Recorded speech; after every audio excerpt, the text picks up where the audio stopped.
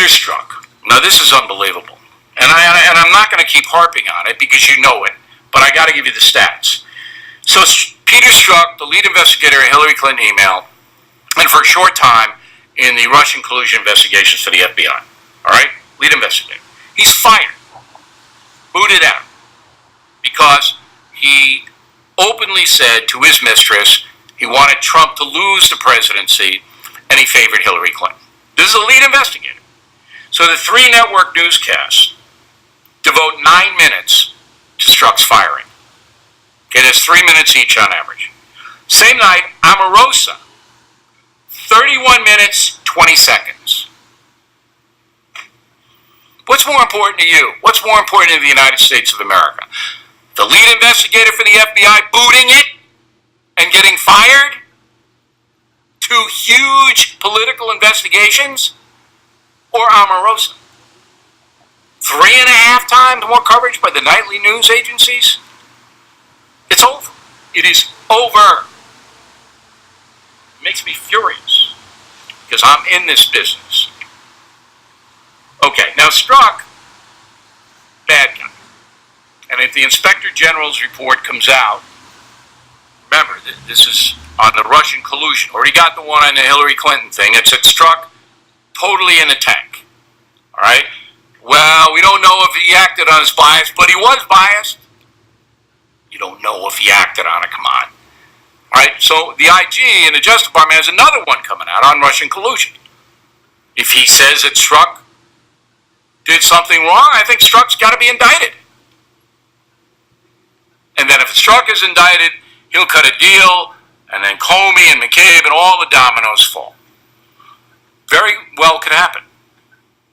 The best column, the best summation of this that I have ever seen happen today.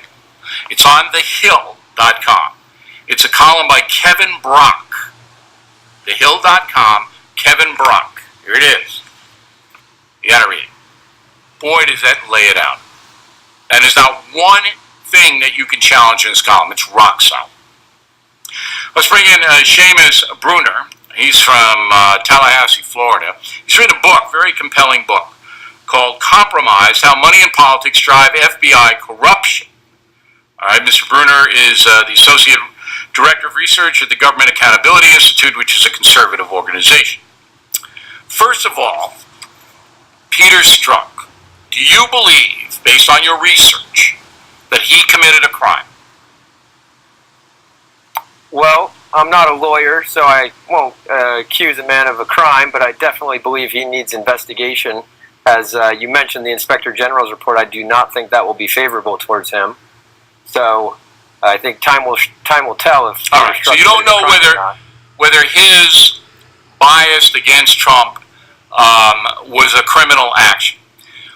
Why do you believe that the lead investigator on the 2 most important political probes the FBI has undertaken in years was this type of individual? Do you believe that James Comey, the FBI director at the time, knew Peter Strzok, despised Trump, and favored Hillary Clinton? Do you believe he knew it? Well, Andrew McCabe was Comey's right-hand man, and Peter Strzok was Andrew McCabe's right-hand man. So, you know, it's the chain of command. He was in Andrew McCabe's office. That's where he talked about the infamous insurance policy. And James Comey, Peter Strzok, Andrew McCabe, they're all cut from the same cloth. That's why I wrote the book. Okay, but what cloth is that? They're cut from the same cloth. What cloth? Well, the media paints them as these sort of Boy Scouts, and you see Peter Strzok's GoFundMe. It raises over $200,000. It's shameful how much money that GoFundMe page has raised.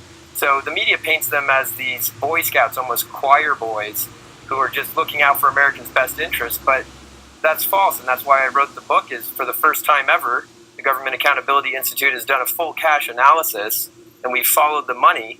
And we see that they're no better than anyone else in the swamp. So give me a specific, though. I mean, but people are looking for specifics.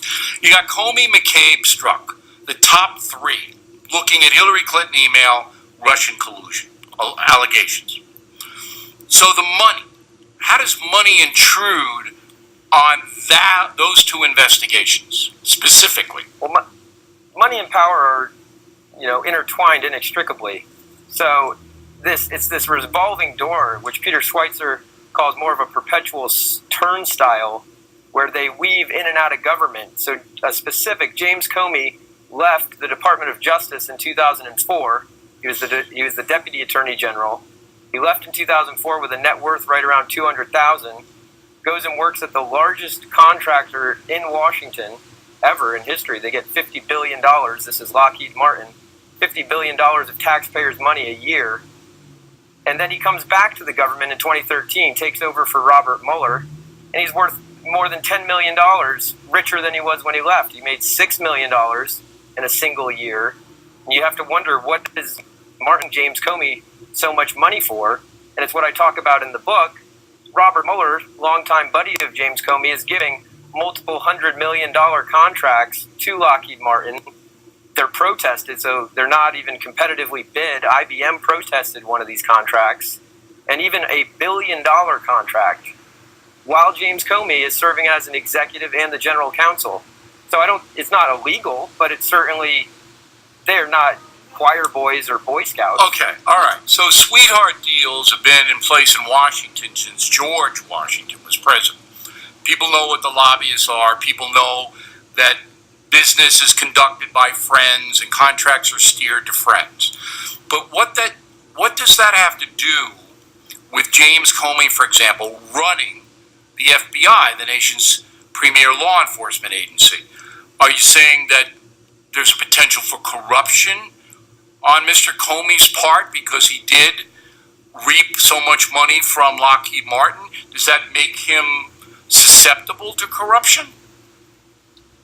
Well, look, it's clear, as you mentioned, that's a great question. Thank you, Bill.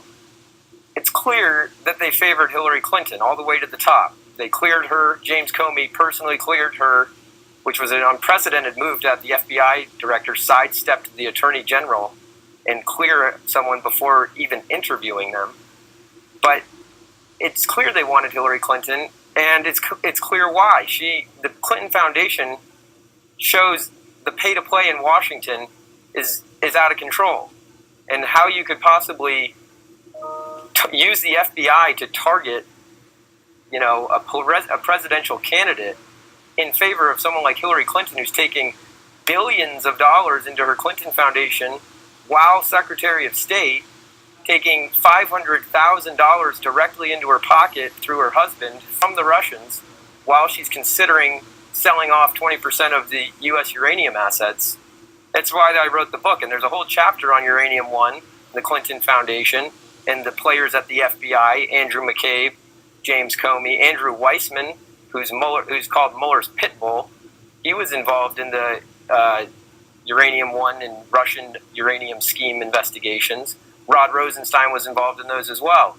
So it's pretty clear that whose team they're on here, and it explains why they would go to such unprecedented levels of bias and favoritism towards one presidential candidate. All right. People will have to read your book to get specifics because I don't have time to go through them now. But from my reading of the Inspector General's report on the Clinton email situation, what I took from it, and from the Peter Strzok emails to his mistress as well, was that Comey and McCabe and Strunk believed Hillary Clinton was going to wipe out Donald Trump and become president of the United States.